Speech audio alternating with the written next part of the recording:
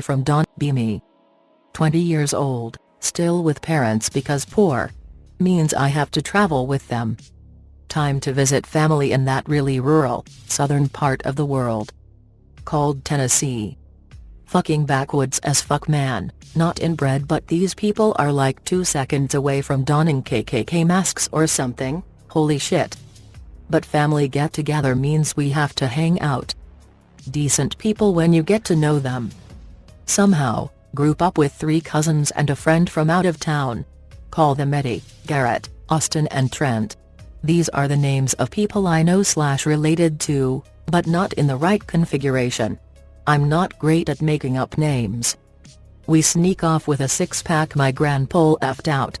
Good man, but terribly unobservant. Find a clearing a few minutes out, maybe an hour, fuck I don't know. Adrenaline kills my sense of time. Garrett, the local cousin in these here parts, seems really nervous. Older than me, but keeps whimpering every time we push forward. He carries an old rifle from like the old days when they hunted for a living. Eddie and Austin are keeping him cool, telling him we'll only be out here for a bit. Light up a small lamp. We're all getting a little tipsy, but they're not drunk. I have like half a can and call it good. Still don't have a taste for alcohol, I guess. Garrett suddenly says we shouldn't be here. Well, no shit, we stole beer from our hit grandpa. No, man, we really shouldn't be here. We should leave. We debate arguing, I'm digging the atmosphere. Suddenly, it gets really fucking cold. We put on jackets we dragged along, but holy fuck man is it cold. We really shouldn't be here, guys. We have to leave. Austin laughs and Trent grunts. Lamp flickers as a bug bumps it. Big ass bugs and cold wind, fuck this place. Garrett, now super pissed, picks up Austin and basically stands him up like a good little soldier. We're leaving, except he's not telling us, he's not even looking at us. He's yelling behind Trent. Trent and I are trying to figure out what the fuck we're doing, since we're about to reenact Hatfields and the fucking McCoys in the middle of bumfuck nowhere. Suddenly, Garrett picks up his gun and aims at Trent. Austin drops like a rock, Trent is scared shitless. I'm wondering what the fuck I'm going to say to the cops about all this. We're leaving, ain't we, fellas? Trent slowly turns around out of curiosity. I swear I have never seen a look as terrified as the one on Trent's face. Austin sees Trent, looks to me. I stare back, too chicken shit to see what's going on behind Trent. Trent suddenly sprints past Garrett, who keeps aiming his gun at whatever the fuck is back there. Anon, Austin, don't move until I tell you, but when I say it, run like a nigger in a henhouse. At this point, too scared to call out that bullshit, just dumbly nod my head. Try to sneak a peek. Anon. Don't move. Garrett quietly moves, picks up lantern by hooking it with the muzzle.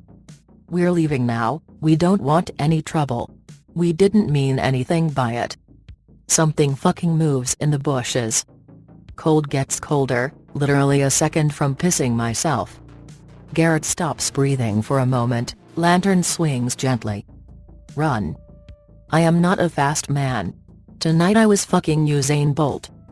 Austin is like 5 feet from me, I can hear him crying. I'm crying too. I hear 3 gunshots, one every few seconds. And then the scream. You know, as I'm typing this, I realize I'm actually tearing up. This shit is not a fucking joke, but it feels better to write it down than just bottle it up. Anyways. Have you ever heard a coyote yelp? They sound like they're sorta young kids crying and yelling. I grew up with coyotes in the backyard. This did not sound like a coyote. It was high-pitched, higher than a coyote. And it was right fucking behind us. Austin and I don't even look to each other, we just keep running, finally clearing the trees and entering the meadows near a creek. Garrett appears behind us, rifle slung over his shoulder, and he's shouting to keep running. The scream gets louder, but not like in volume. It's getting closer. Garrett tells us to keep going, we're almost across the line. He full stops and takes another shot before moving again. I got thighs-ish oid.jpg. Suddenly, more fucking screams. They are everywhere. We see an old fence not more than 30 yards away. Austin fucking leaps that shit like a gymnast. I'm like a few seconds behind him, land on my back and see stars. Garrett leaps over and takes aim again, completely out of breath. We're on our side, fuck ho ff. Screaming literally stops, there's no fucking crickets or shit to fill the void, just 3 adult men crying like bitches. Austin on his knees, fairly certain he just vomited. I'm not even here anymore. Garrett, where's the fucking lantern? Garrett keeps his gun up, but his knees are shaking. Garrett whispers back in the trees. We all look up and see the tree line. Sure enough, lantern is sitting in trees at the edge of the meadows. There's something standing near the trees. It's way too fucking tall. It doesn't really move, just jitters back and forth, like someone cut out the in-between frames of an animation. It moves back and forth across the trees, the light blocks out the details, which was fine by me. It turns and sort of hovers across the ground. Its knees are fucking backwards, holy shit. Garrett is heaving now, his breath is ragged but he seems to be okay. Garrett, what the fuck? Shut up. I'll admit it, I'm full on sobbing now, but I'm so cried out I can't actually make tears, just blubber in the corner. We're on our side, fuckers, you know the rules. Another one appears from the woods and starts to jitter. Garrett aims up and shoots again. I feel my ears ring for a second.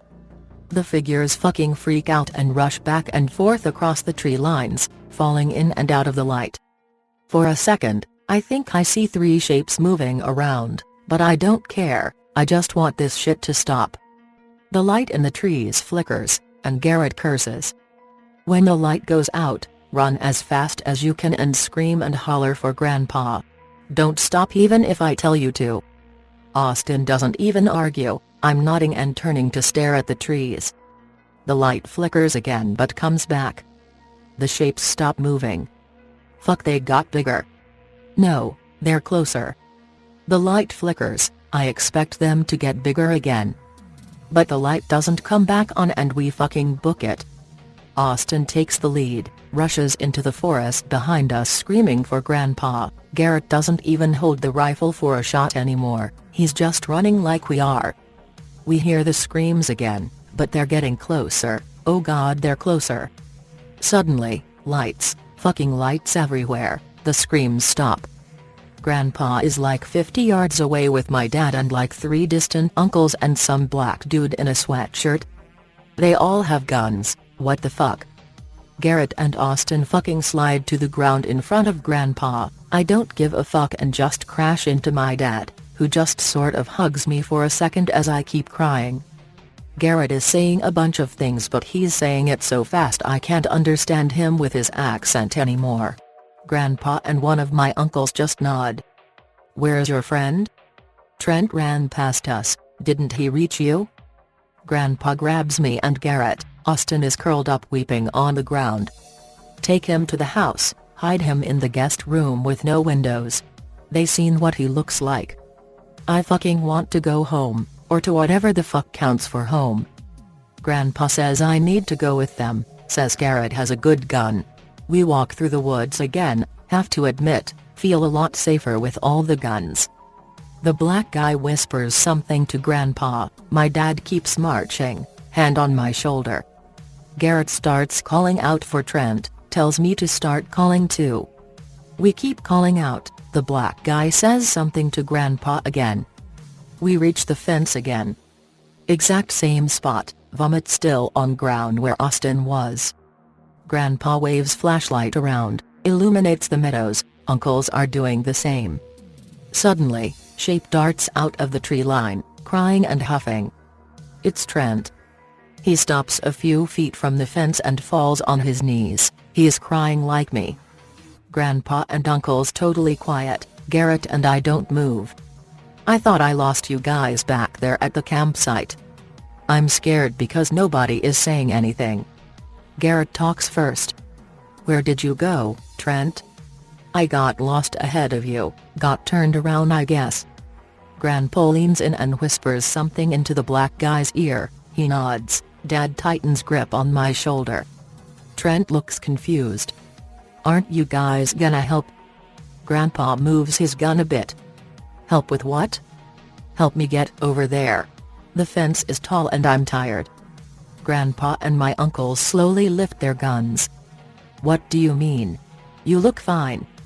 Haha, funny guys, seriously, let me in. Grandpa is deathly serious now. I have never felt so scared of a man. Trent looks nervous, almost antsy now, keeps looking back to the tree line. I felt like something was off obviously, but I'm too fucking scared and stupid to figure out what it is. Help me over the fence. The black guy talks up.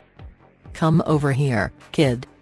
Trent fucking stops and glares at the black guy. Not you. You can't. It's not your property. Grandpa starts to raise the gun now. My dad tightens his grip. He's a friend of the family. He's not the owner. It's rude. Trent was invited to the reunion. Trent is still on his knees, but he feels like he's just waiting to pounce. You know that feeling of superiority you get when you stand over someone on their knees? I wasn't feeling that, not one bit.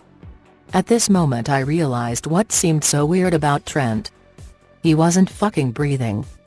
Trent is now staring daggers at Grandpa, uncles are training their guns on Grandpa, the black guy is just holding the flashlight on Trent's face. My dad whispers something into my ear along the lines of Trent will be fine.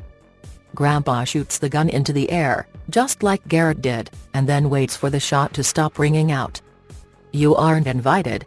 This is our side, you know the rules.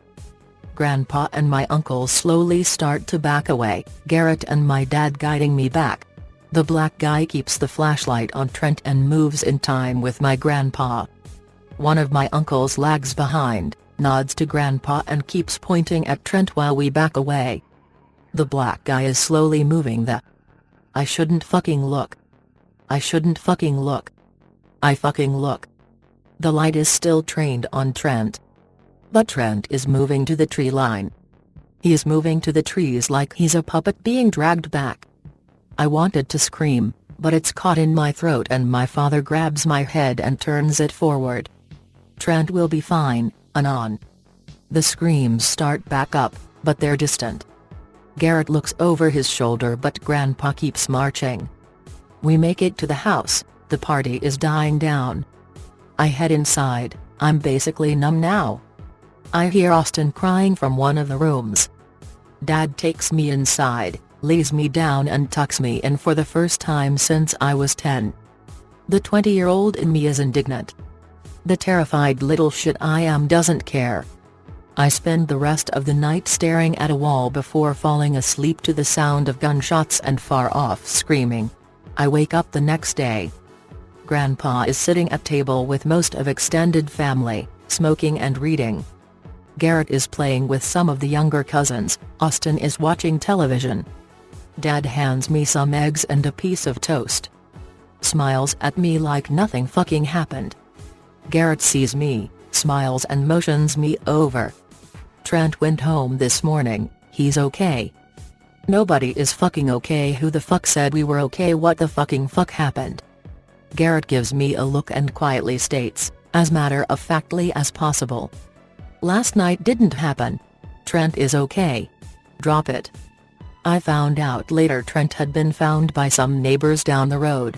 He apparently woke up in the brush and booked it home. He was convinced he was hungover and that explained all the bruises he found on his back and neck. I only asked my grandpa what happened once. He just said that he's had trouble with the people on the nearby land, they keep trying to get onto his property. I asked why they hadn't taken it. He looked right fucking at me and said I haven't invited them in, Anon. That's why. He wouldn't answer anything after that, just said not a problem to everything. It's been 3 years since then. I had various visits to family that ended with similar results, but nothing has ever come close to the fear I felt that night. Part of me wants to look it up and see what the fuck those things were. Another part is desperately repressing that urge. I would say is was the closest I ever got to a skinwalker incident, but I can never figure out what the fuck was with the side thing.